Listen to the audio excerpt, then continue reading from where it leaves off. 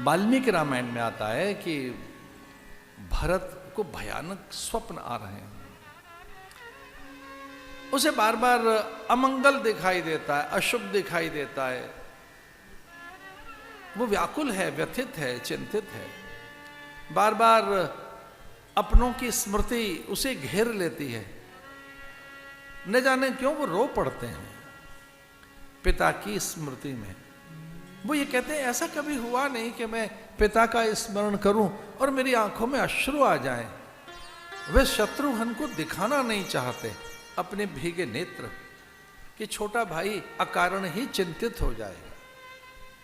मेरे छोटे भाई को यों भय न लगे, इसे न बताऊं मैं, तो अपने नेत्रों को छुपाते हैं, शत्रुघ्न को दिखाते नहीं।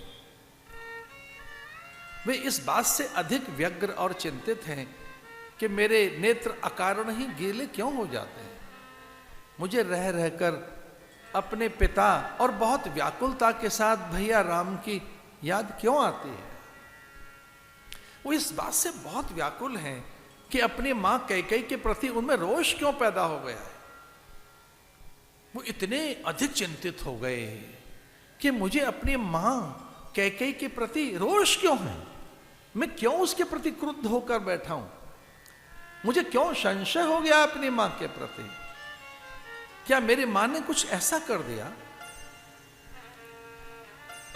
माता कुमाता न भवति, मां कुमाता तो कभी नहीं हो सकते, पर मैं मां को जब याद करता हूं तो मुझे आवेश आता है, मुझे मां का स्मरण करते रोष पैदा होता है, पिता की स्मृति में अश्रु आ जाते हैं। और जब मैं राम का स्मरण करता हूं, भैया लखन का, तो मुझे वियोग क्यों अनुभव होता है। भयानक सपना एक दिन वो देख रहे हैं और उसी दिन उन्हें सपना दिखाई दिया जिस दिन हकारे वे दूत वहां पहुंचे कैकेयी देश में। वाल्मीकि रामायण में तो अद्भुत श्लोक हैं वो, और मानस में बड़ी व्यथित कर देने वाली चौपाई है। एक तुलसी बाबा लिखते हैं, देख ही रात भयानक सपना, देख ही रात भयानक सपना, देख ही रात भयानक सपना, देख ही रात भयावन सपना, जाग करें कटु कोटि कल्पना, जाग करें कटु कोटि कल्पना,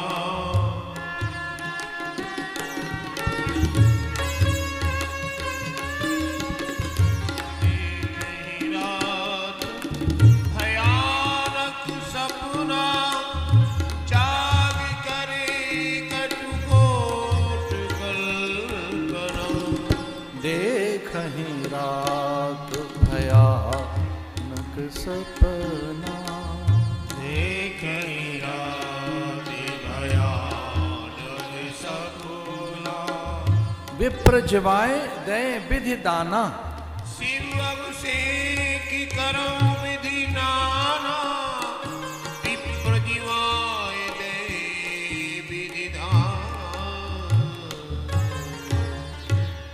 इससे पहले वो कुछ बोले भरत, मां के उपदेश, मां का आदेश, मां की कैसी आज्ञाएं हैं, धीरे से कान में कहने लगी, वे माता कैकेयी के लिए एक शब्द मत बोलना, उसका कोई दोष नहीं है। उसको देवताओं ने अपने कार्य के सिद्धि के लिए चुन लिया। वो देव कार्य सिद्धा है, अतुल्या है, अपूर्वा है, महामंगला है। उस जैसा कोई हो नहीं सकता। उसके कारण ही मेरा राम बन गया तो बन गए, राम बन गए तो बन गए। रामत्व की सिद्धि के लिए मां कैकेयी आगे आई। इंद्र आदि भयभीत थे। महादेव का यही तो मन था, ब्रह्मा की ऐसी तो योजना थी, सरस्वती यही तो चाहती थी। ध्यान रखना, मां के लिए अपशब्द बोलना, मां से रोष मत करना, कुपित मत होना, अच्छा लक्षण नहीं है, तेरे पुण्य क्षीण हो। गाथा तो बहुत लंबी है, प्रसंगों का बहुत विस्तार हो चुका है। आप अच्छा वाणिज्य व्यापार करते हो, अच्छी गिनती आपसे गणना करना सीखें लोग। आप व्यापार करते हो, गिनती तो आपको आती है अच्छी। अब मैं भी गिनकर देखूं तो दिन एक ही बचा है, कल, बस। भरत चरित्र सिंधु है, समुद्र है।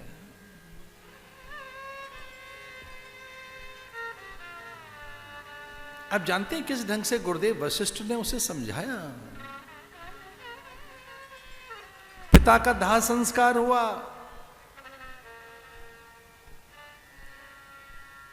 और गुरुदेव समझाते हैं धर्म यही कहता है तो राजा बन बैठ। बिना राजा के अराजकता होगी, अव्यवस्था होगी, न्याय कौन करेगा? न जाने कितने निर्णय विलंबित हो जाएंगे।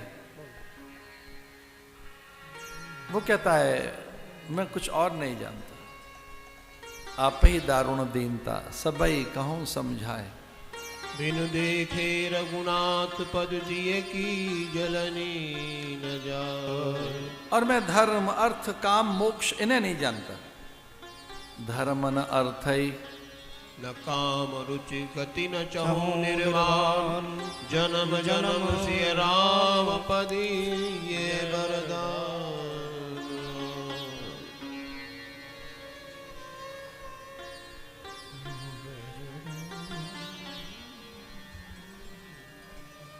शांत होकर मौन होकर बैठ गया भरत।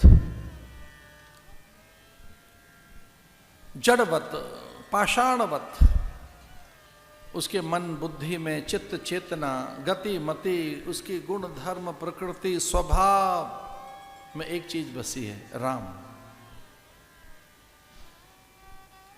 राम, और ये महात्मा है भरत। भरत के लिए बड़ी बात कही है गुरु ने। समुझ कहब करब तुम जोई, धर्मसार जग होई सोई। तेरी समझ में, चिंतन में, चरित्र में, वाणी में, स्वभाव में कुछ भी हेय, निंदनीय, त्याज्य, अग्राह्य, अमान्य, अपूज्य अपशब्द नहीं निकले।